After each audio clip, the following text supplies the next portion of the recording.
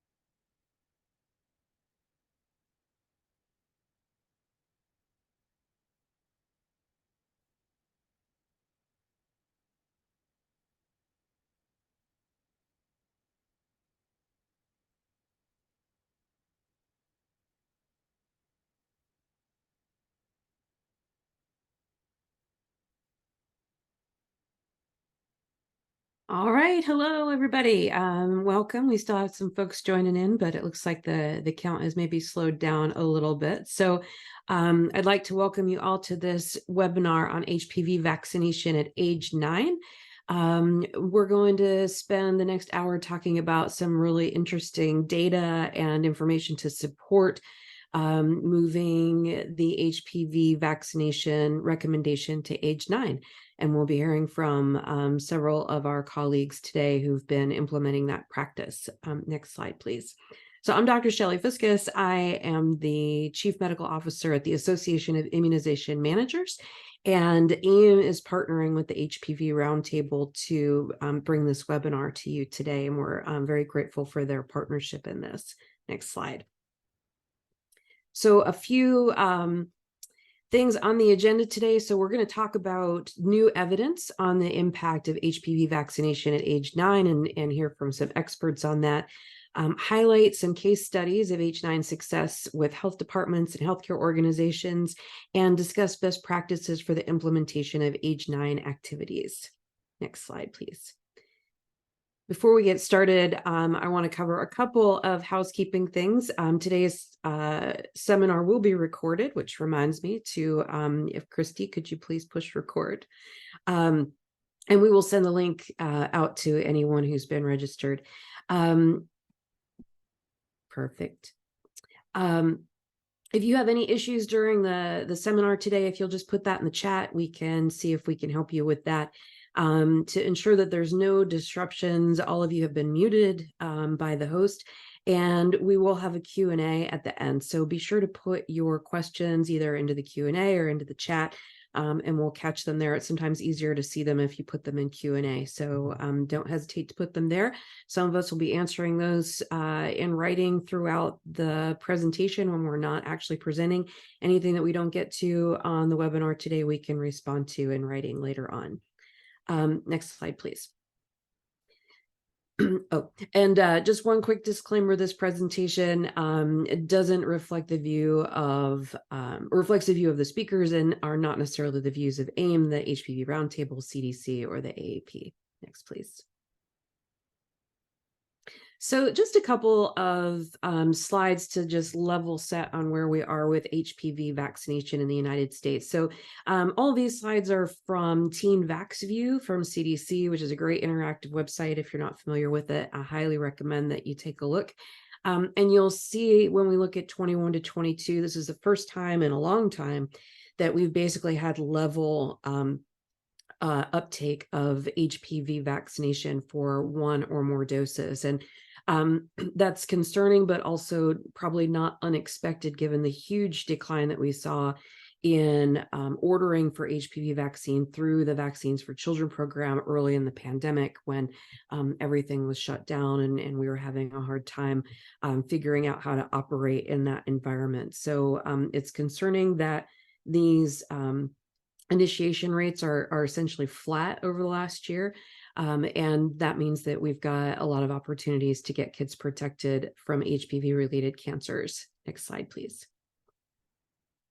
This one looks at HPV vaccination rates compared to the other vaccines that are recommended at the 11 and 12-year visit, which are the meningitis ACWY and the Tdap vaccines. And you can see that while meninge and Tdap are fairly neck and neck here, that there is a good disparity between those vaccines and HPV. So, that delta there between those, the HPV and the Tdap meninge vaccines isn't so much an access problem as it's either people who are disproportionately refusing to vaccinate their children with HPV vaccine when it's offered, or perhaps not hearing a strong recommendation from their healthcare provider when the other vaccines are being given. Next slide, please. And then this looks at HPV vaccination by insurance type. So I'll call your attention to the orange bar there. Those are adolescents who are unvaccinated, and you can see that compared to private or public insurance, that there's a large disparity amongst adolescents who are uninsured. And as a reminder, cost should never be a barrier to receiving this or any other vaccination, as those uninsured patients are universally covered by the Vaccines for Children program. So this isn't a cost and coverage issue so much as it is maybe these are adolescents who are having a hard time accessing healthcare resources, or perhaps not hearing a recommendation to get this vaccination. And next, please. And then lastly, this is looking at demographics, looking at race and ethnicity. And while for the Tdap and meninge vaccines, we really don't see a lot of variability between race and ethnicity, here you see that there is a significant disparity between non-Hispanic whites and the other races and ethnicities that are tracked here. So it's usually when we think about disparities amongst vaccinations, we think about minoritized populations perhaps not having access or information they need to make those decisions. But in this case, it is the non-Hispanic white population that is lagging behind the others. Next, please. So I'm going to do a brief overview of our speakers today. So first we'll have Dr. Sean O'Leary, who's a pediatrician, and speaking in his role as someone from AAP, who'll be giving some overview of the research and the recommendations around HPV at 9. And then Dr. Sherri Zorn and Dr. Jamilia Sherls-Jones, who are from Washington State, who'll talk a little bit about the Washington experience. And then Kayla Rypien, who is from Utah, who's going to talk about Utah's efforts to move HPV vaccination to age 9. So first, let me introduce Dr. O'Leary. Next slide, please. So Dr. O'Leary is a professor of pediatrics at the University of Colorado School of Medicine and Children's Hospital, Colorado, and he is a pediatric infectious diseases expert and researcher. Dr. O'Leary's research focuses on prevention of vaccine-preventable diseases through understanding clinical, attitudinal, and infrastructural barriers to vaccination, and developing and testing interventions to address those barriers.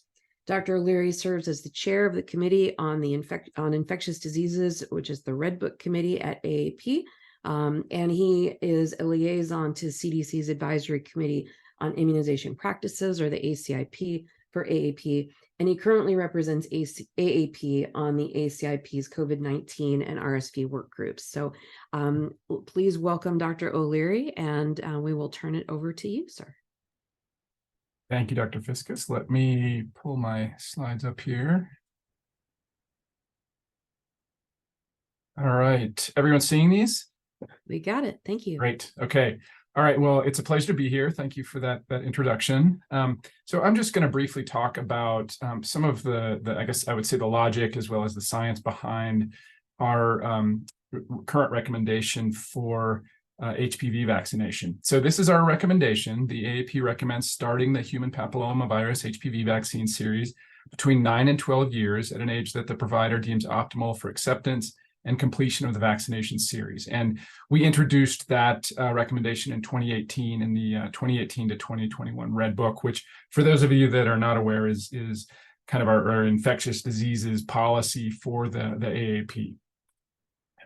So why did we make the change? Well, exactly what Dr. Fiscus was just talking about, sort of to restate the obvious here. We knew that we were not doing as well with HPV as we were with the other adolescent vaccines. So that was, we felt we needed to try and do something from the policy level. And that was one thing that was one of the reasons. And then, of course, another reason is morbidity and mortality. We know that the deaths, so Tdap and many ACWY for a variety of reasons, including the fact that vaccines work, we're seeing much less mortality from those vaccines than we were from HPV-related cancers. So deaths from HPV-related cervical cancers in the US are roughly 4,000 per year. We don't systematically track deaths from other HPV-related diseases, so the numbers kind of vary there, but we know they may be in the thousands. So, we've got all of these deaths that are essentially almost all preventable. So, not to minimize the importance of the other vaccines that we give adolescents, that they're certainly very important. But when we consider the burden of the other diseases, it kind of pales in comparison right now. And then, another reason that we discussed when we were considering this was just it offers providers a little more flexibility. So when they're all recommended at 11 to 12, that's not as much flexibility as being able to offer it in a broader age window.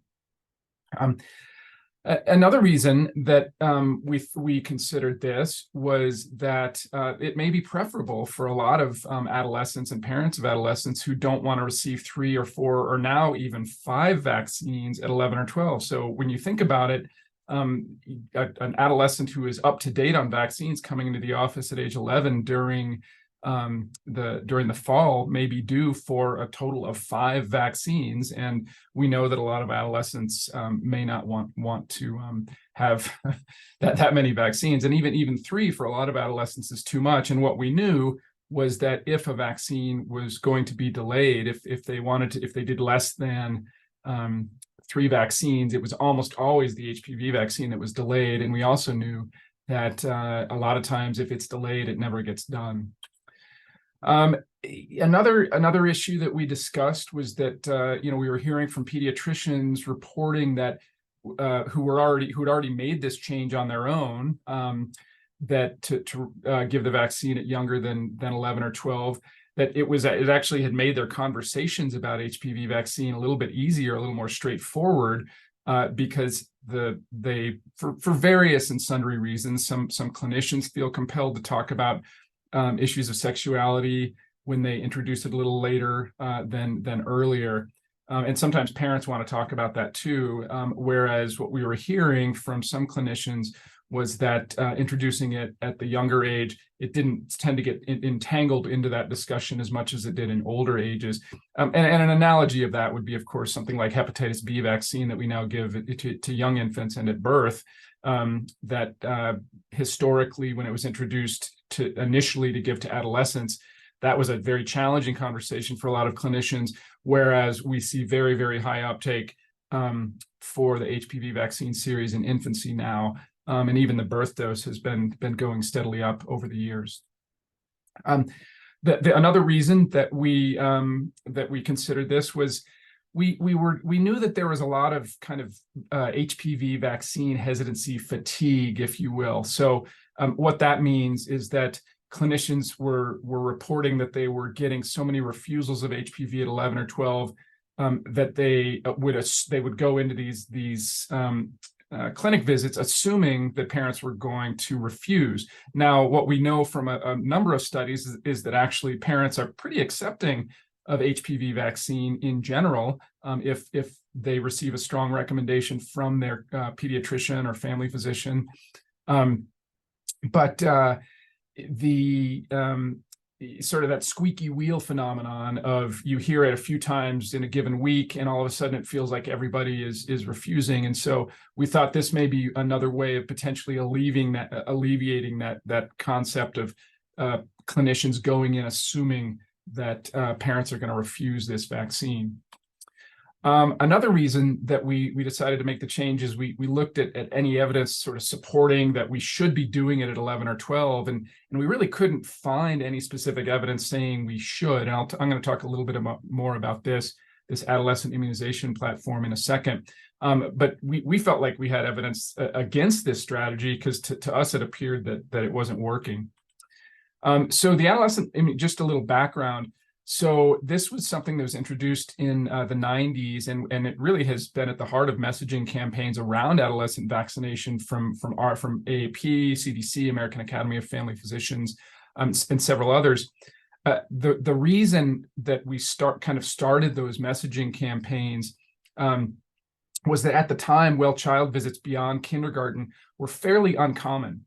And so we wanted to establish this 11 to 12-year-old visit at the time for catch up on routine vaccinations, particularly hepatitis B vaccine, but also knowing that there were forthcoming vaccines for adolescents.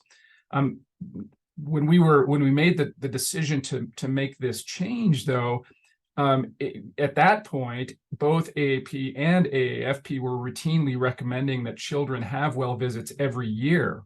And the 79% as of the time we did it, I think that's higher now, we're already doing so. So in other words, that 11 to 12-year-old visit no longer really carried the importance that it had in the 90s and into the early 2000s.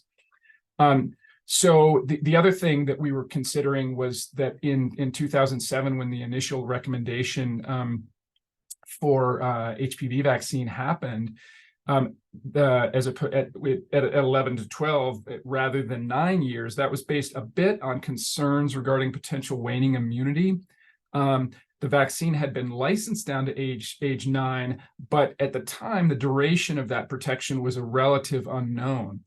And we now have strong evidence that this is a really incredible vaccine in the way that it is able to induce really durable immune protection. So we get a very robust immune response at 11 to 12, but we also get a very robust immune response at ages 9 and 10. And there's really not significant evidence of waning protection. So we believe that HPV vaccine really provides long-term protection.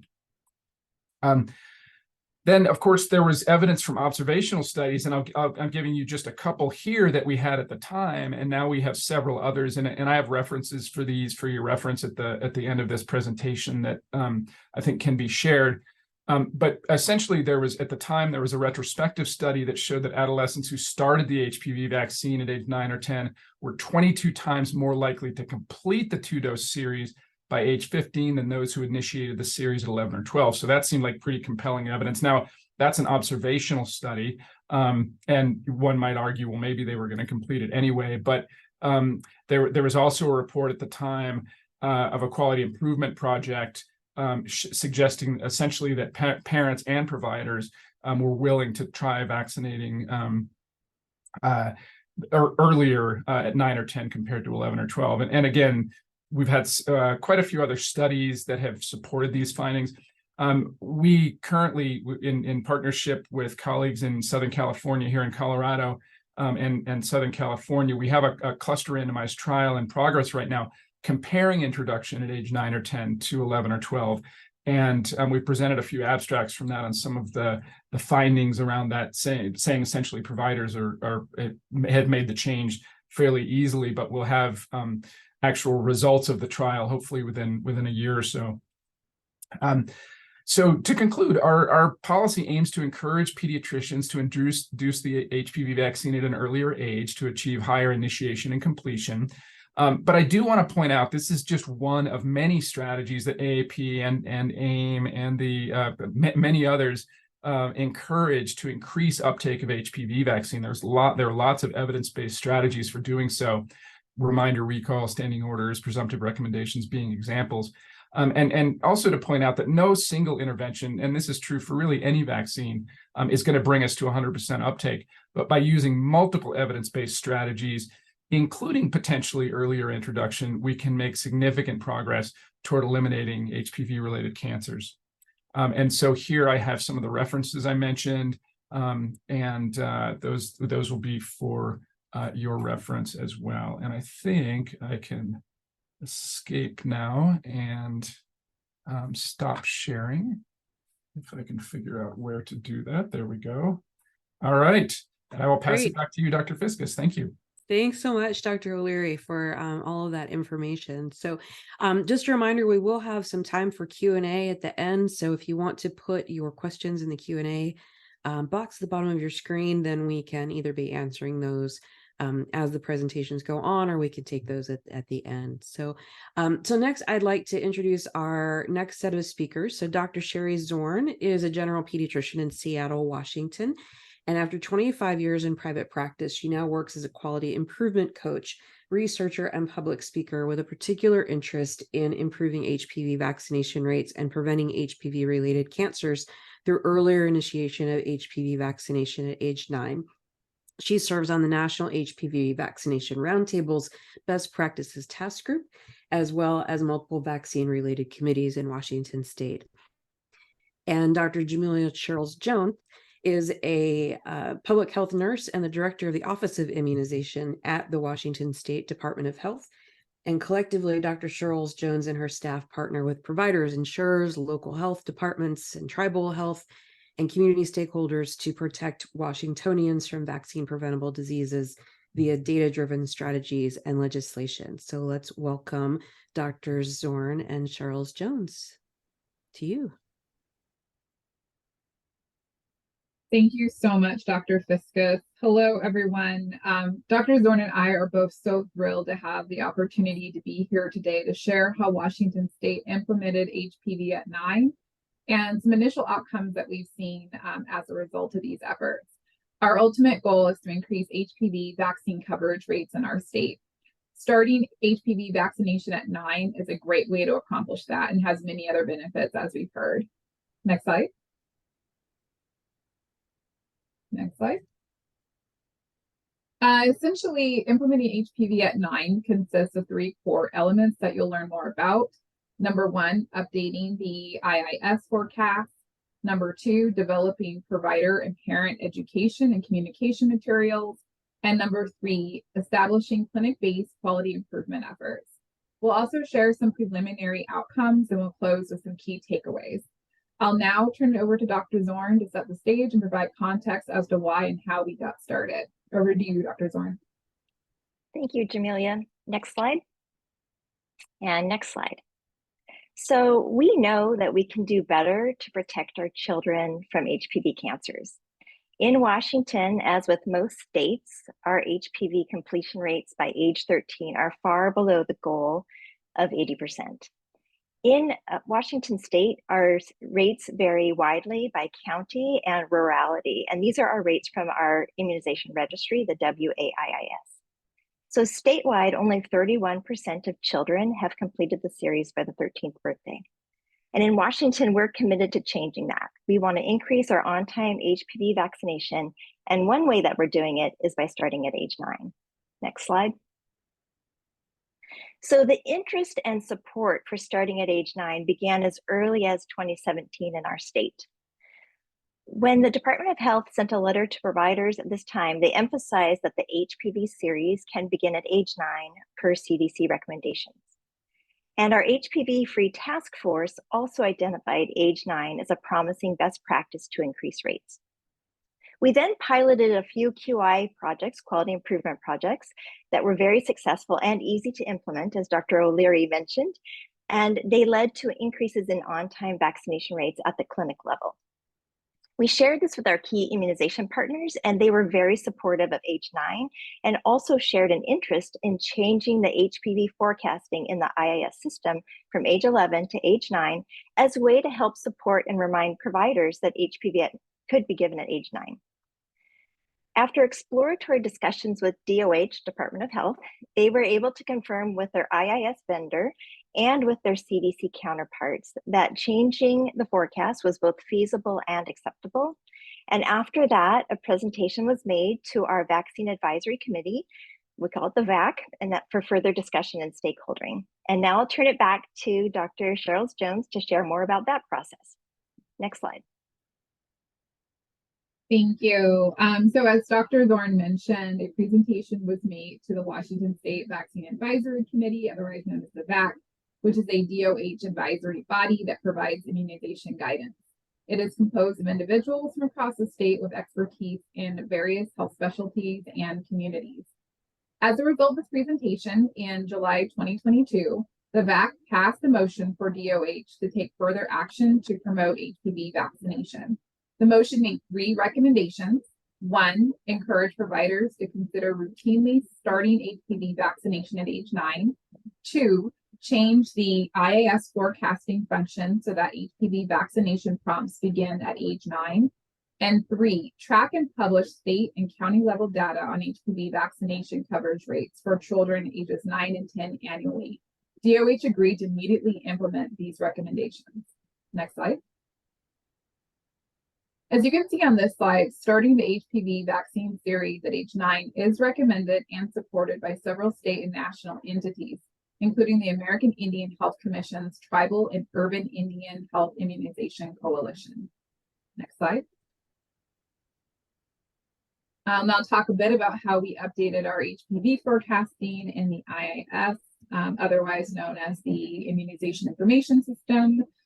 So our IIS was updated on January 20th of this year to show that 9 and 10-year-old patients are due now for HPV instead of being listed as optional, and age 13 is considered overdue. This change was fairly simple on the back end. It took only 15 minutes to adjust the settings, and there were no costs associated with this update. It may not be simple for all IAS systems, however, but if you are concerned about the cost and labor, we suggest that you consult with your IAS vendor. Next slide. Here's an example of what this actually looks like in the IAS. For this test patient who is 9 years old, you can see the recommended date for the HPV vaccine is November 26, 2022, which is the patient's 9th birthday. The status is due now, which you can see on the far right-hand side of the chart. Next slide. We'll now transition into sharing some communication and education materials that we developed and disseminated to promote HPV at 9. Next slide. All right, so after the VAC passed the motion and DOH committed to the recommendations, our State Secretary of Health sent a signed letter to all providers outlining the change in the IIS and benefits of HPV vaccine at 9. A lot of providers have told us that having a signed letter and an official recommendation from DOH gave them more authority to talk to their clinics and say, hey, we can and should be doing this. Next slide. DOH created an adolescent immunization schedule at a glance poster, which promotes HPV starting at 9. It includes a QR code that takes parents to more information and patients themselves. We have heard that many providers like this poster as it's very simple and easy to understand, and you can find it in many clinic waiting rooms. It is available on the DOH website in multiple languages. Next slide. We also updated our HPV brochure for parents and translated it into our top 5 languages in our state. Next slide. This poster here is an HPV poster that was created in partnership with ASTO. It's another great option to display in exam rooms, school-based health centers, or waiting rooms and clinics. It gives a basic overview of HPV, related statistics, and includes the vaccine schedule. It emphasizes that earlier vaccination at age 9 is better. This poster is available in English and Spanish on our website. Next slide. We also updated our HPV flyer to reflect HPV vaccination starting at age 9. This is another great resource for parents. It also includes a QR code that directs parents or patients to the DOH HPV webpage. It's also available in English and Spanish. The graphic on this flyer actually was taken from our childhood vaccine campaign in an effort to create uniformity and familiarity of images. Next slide. And finally, here's a link to our page with HPV resources we just shared in case you'd like to take a closer look or borrow. Feel free to share and take whatever resources you find helpful. Next slide.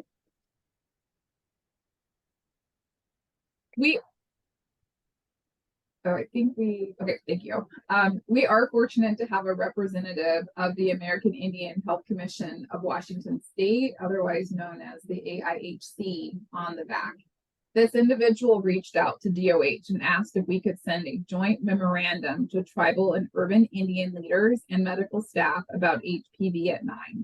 The memo gives an overview of the collaboration between AIHC, the HPV-free task force, and the VAC, as well as a detailed explanation for the adoption of HPV at 9 and links to helpful resources from both AIHC and the HPV task force. Developing this joint memo resulted in support of HPV at 9 in tribal communities, which is amazing. Next slide. AIHC developed culturally relevant posters and flyers that promote HPV vaccination at 9 within the American Indian Alaska Native communities.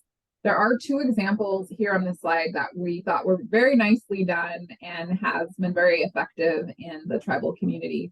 As you can see on the right, AIHC developed a poster that was very specific to HPV vaccination for boys, to educate tribal communities about HPV cancers in men and the importance of boys also getting vaccinated at age 9. Next slide. DOH also collaborated with the Washington HPV-free task force and Within Reach to offer 2 live webinars on HPV at 9 for healthcare professionals. We do have recordings still available from the webinars that can be accessed via the links that are here on the slide or the QR code on the slide. And we do offer continuing education credits for completing the webinars. Next slide. I'm now going to hand it back over to Dr. Zorn to talk about HPV at 9 quality improvement efforts in clinical practices. Thank you so much. Next slide. So the IAS forecast change that happened in January of 2023 really sparked interest for clinics to participate in age 9 QI projects. And these projects were supported by the robust toolbox that Dr. Sherls-Jones just shared. This map shows the number of clinics per county that have engaged in HPV QI projects so far, focusing on age 9. And you can see it's really spreading nicely across our state in both rural and urban counties. One clinic director recently told me, she said, well, just ask any of our providers. We would never go back to 11. And I thought that was incredibly powerful.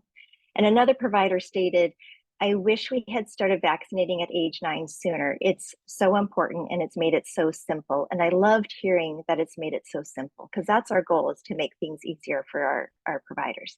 Next slide. So here's an example of a recent project that was sponsored by an AAP grant. And it was sponsored by the Washington chapter of American Academy of Pediatrics and also by AmeriGroup. The focus was on 5 clinics that serve rural communities in 5 counties. And the intervention period ran from February to July of 2023. It started right after the forecast change. It included webinars, printed posters, coaching, and more. And when we look at the graph of HPV initiation coverage rates, we can see that all 5 clinics started below the state average, and rates have continued to rise nicely even after the completion of the project. And in just 9 months since they started, the coverage rates increased by a median of 24 percentage points. And now all of the clinics have exceeded the state average, which, by the way, is also increasing nicely. And in these 5 clinics alone, more than 800 children at age 9 to 10 have received their first dose of HPV. Next slide.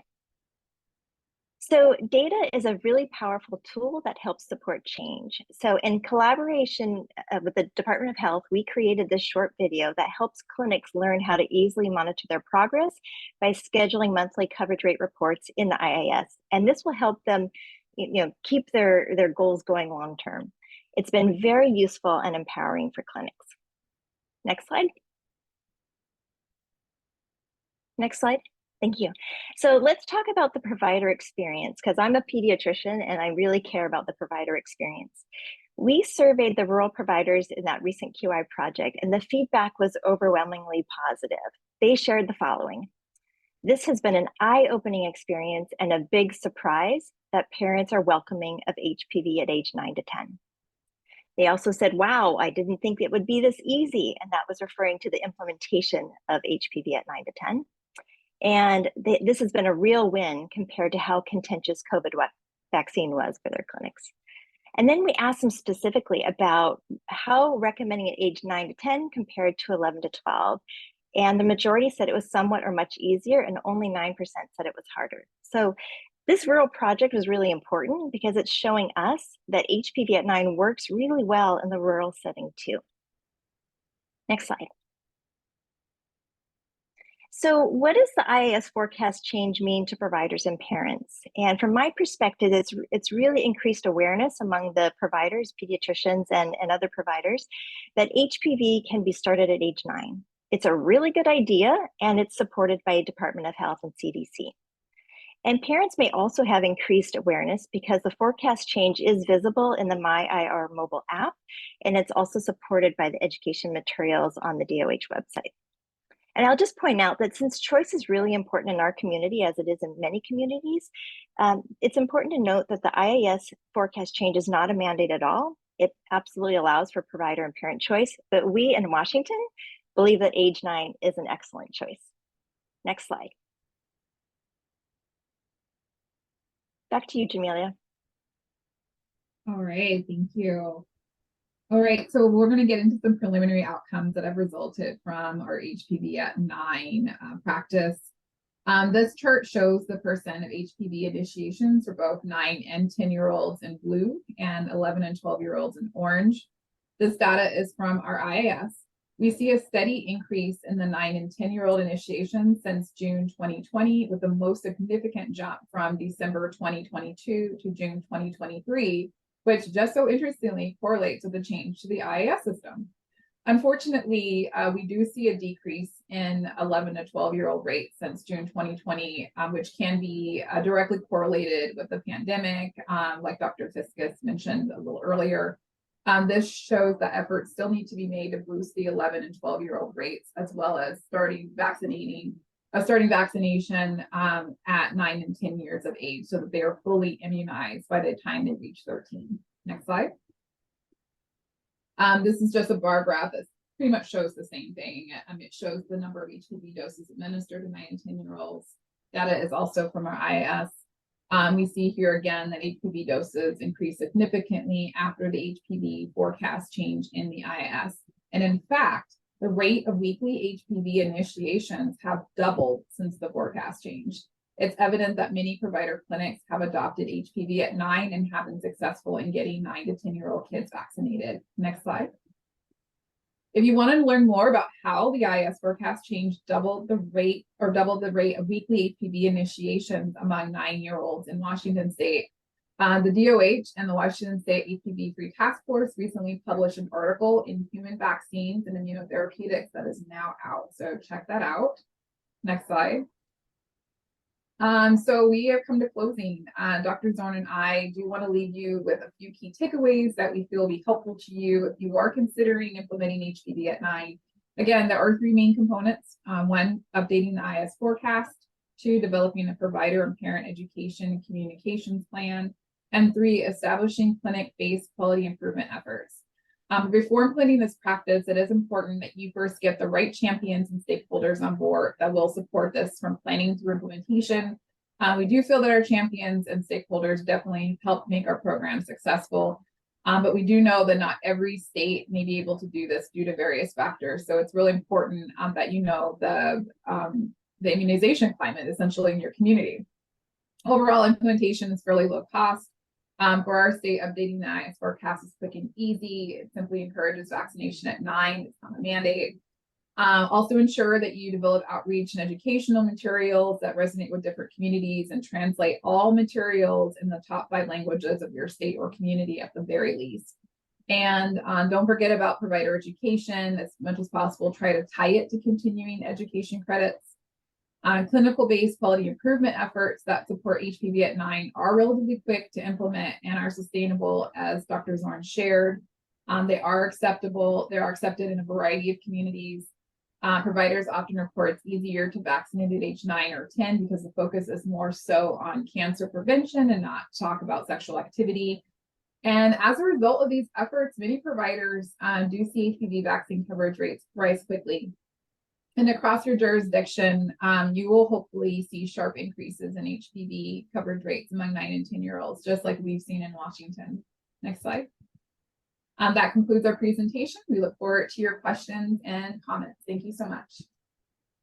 Right. Thank you so much, Dr. Sherls-Jones and Dr. Zorn. I mean, what tremendous data, and it's just it's honestly refreshing to see positive movement around vaccinations, especially over the last few years of battling COVID. So congratulations on all of that tremendous work, and thanks for sharing it with these folks. And I hope that the folks that are listening will share your resources shamelessly and put those to good work to get immunization rates up in their jurisdictions. So our final speaker today is Kayla Rypien.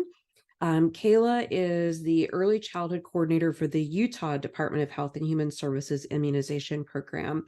And she is a health educator who focuses her work on quality improvement strategies to increase immunization rates. She specifically enjoys her work with the HPV vaccine and helping to increase HPV vaccination rates in the state of Utah. So Kayla, we will turn it over to you. Okay, let me just get my screen shared. Thank you so much. I've enjoyed the presentations so far. I will be talking about Utah and our specific things we have done for HPV at age 9, and a lot are very similar to Washington. So I'm excited to share. Is my screen and everything showing okay? I just want to make sure. Yes, you're good. It looks good. great. Okay. So I'll kind of review this. Everybody's already heard quite a bit, but recommending at age 9, and just kind of looking at this graphic from the roundtable, how we focus on age 9. 9 to 12 is now what we consider on time. Late would be 13 to 14, and then critical would be after 15. So, and I'm not going to go through benefits. I think we've already kind of talked enough about the benefits of HPV vaccination at age 9. But a couple things I did want to focus on that have been benefits in Utah that we have felt is simply having a different time to vaccinate, where they're getting less shots. And then obviously the catching up. We're struggling so much with our getting our second dose of HPV vaccination that this has been a great answer for us to start them at age 9 and finish them if they haven't already at age 11. So where this all began for Utah Department of Health, we have a really strong working relationship with our nearby Cancer Institute, Huntsman Cancer Institute, and also with the American Cancer Society. And they were actually the ones who approached us about this, saying, why doesn't USIS is our immunization registry. And they said, why doesn't USIS forecast to age 9? And we were like, good question. We probably should have done that, been working on that already. So we're grateful for our partners who are there to help us out. So our first steps were to obviously get the Utah Department of Health and Human Services leadership on board. And we were very much supported by them in this. And then same as Washington, we have a Utah Scientific Vaccine Advisory Committee, and that includes our state epidemiologists, our local health officers, many physicians from around Utah who come together and help us make these decisions. And we had much buy-in and support from them to change the USIS forecast. So once it was approved by all of them, we worked with our registry on the technical issues to change the forecast, and the wording of the forecast when it was recommended, due and overdue. And it was same with Washington, it was a fairly simple change for us to make as far as on the technical side. The biggest part of it then was educating providers about this change in USIS and when it was going to happen. We wrote a letter and distributed through our VFC listserv to notify everybody, and also included it in our quarterly immunization newsletter. We educated providers on why the benefits of vaccination at age 9. And then we also did this at our IQIP visits, so our quality improvement visits with providers every year. We make as well. And this is a sample of our forecast. So obviously a test patient, but you'll see HPV circled and due, and then it will not say past due date until that birthday, their 13th birthday, and then it's going to show them that they are overdue. So this is Dr. Cope. He's one of our providers, started doing age 9 quite a while ago, and he's been a firm supporter in this and trying to push other providers to do this as well. And I asked him for a quote, and he just said, "It's been a game changer. It's hard to believe what a small, insignificant change made in immunization rates and acceptance.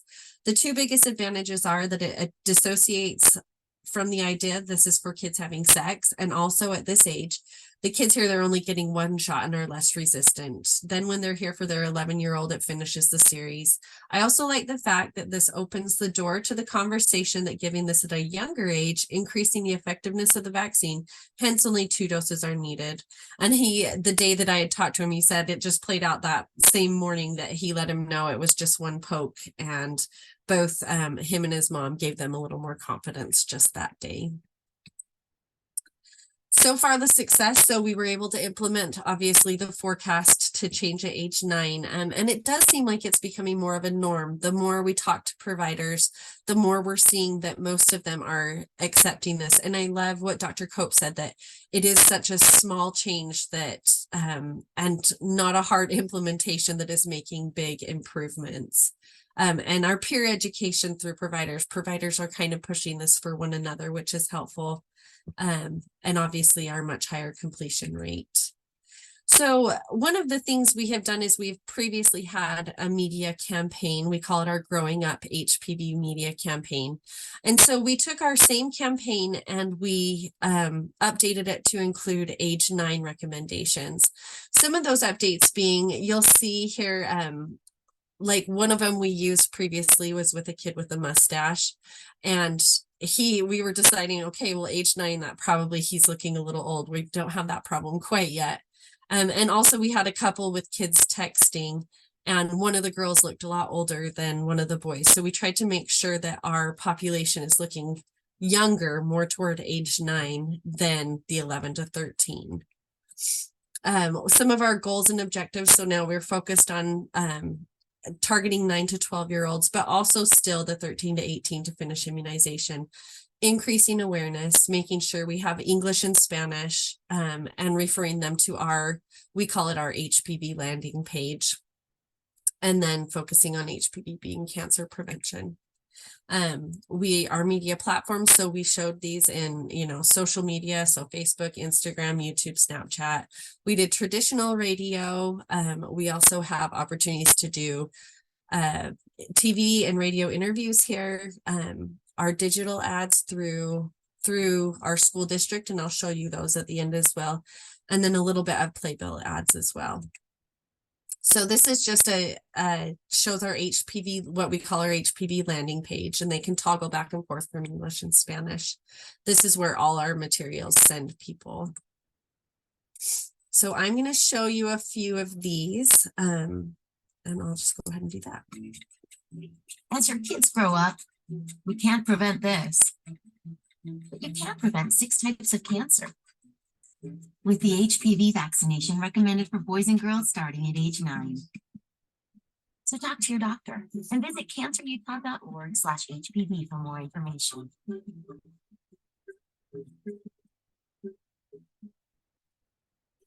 Okay, so now we call this our Zit girl. I'll show you her.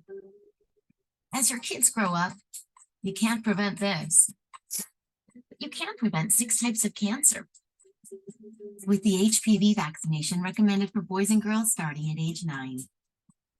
So talk to your doctor and visit cancerutah.org/HPV for more information.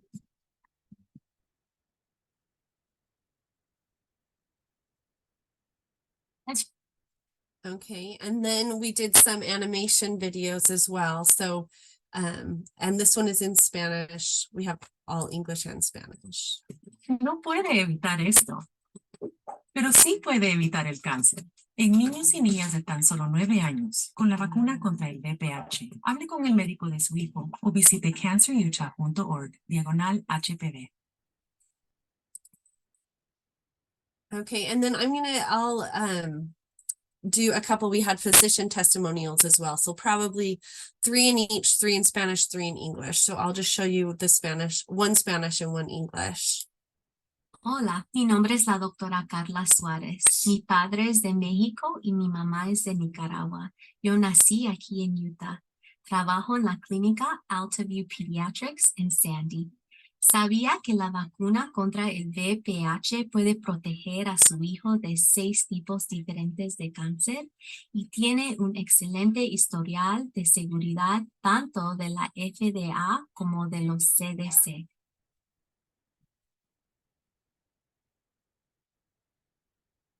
Hola, mi nombre. And then here's our last one with another For physician. years, we've been using vaccines to safely protect our children from measles, mumps, and many other serious diseases.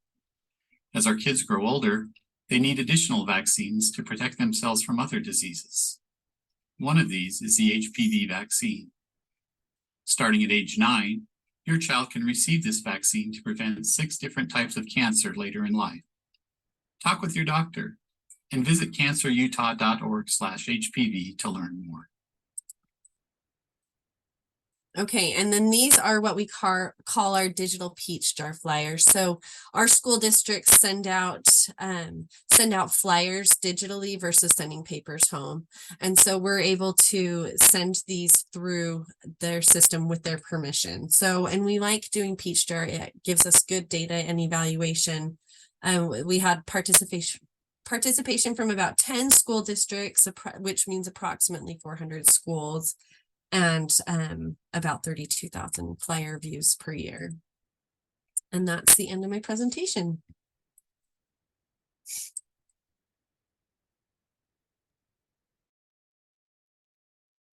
Thank you, Kayla, and good afternoon, everyone. My name is Adair Minihan, and I serve as an associate scientist for the Surveillance Research Department at the American Cancer Society, and I will be serving as the moderator for the question and answer section of today's forum.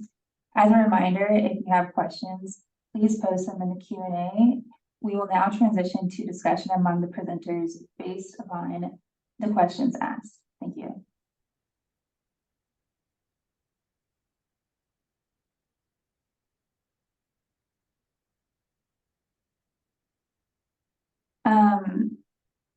Okay, well, we have about 7 minutes. I'll go ahead and get started.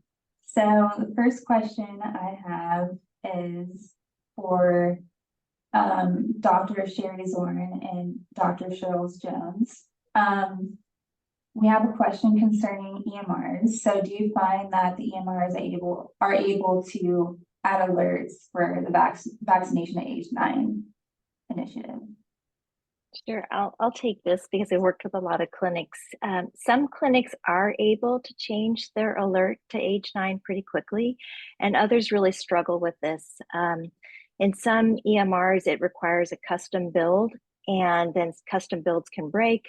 Also, the IT team for the technology EMR team for a lot of clinics are really overwhelmed with a lot of other things. So this is a lower priority for them. So it's been difficult, but the clinics that have been able to change their EMR prompt to age 9, that really goes along with the forecast change. It's really helped them to attain incredible success with HPV coverage rates at age 9 to 10, as high as 50 to 60%.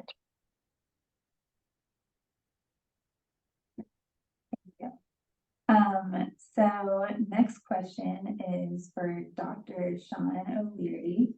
One of our attendees asked, with the misinformation of the COVID-19 vaccine, have you noticed increased pushback on the HPV vaccine? Yeah, it's a good question. You know, there's been a lot of discussion on whether or not the COVID vaccine, sort of what we've seen with the kind of political polarization around COVID vaccine acceptance, has that spilled over into other vaccines? And I'm not aware of any data saying that it has specifically spilled over into HPV vaccine. And in fact, I think it's actually quite complicated. We've done some studies here in Colorado, and there have been some national surveys as well, saying that overall confidence in routinely recommended child and adolescent vaccines remains very high in the general population, despite what we have seen with the COVID pandemic. And I have heard anecdotes from a number of pediatricians about parents coming in and saying, well, I don't want that COVID vaccine, but give me whatever else. And then they're going ahead and accepting HPV vaccine. So I think it's complicated, but I'm not aware of data suggesting that has in any large meaningful way has spilled over into HPV vaccine. I'll jump in and just say that our clinics, the rural clinics really had difficulty with the COVID vaccine. And then HPV at 9, they're like, wow, it's really easy. Parents are saying yes. And even kids are saying, Mom, Dad, I want that vaccine. They see the poster and the kids say that I need this vaccine. So it's pretty interesting.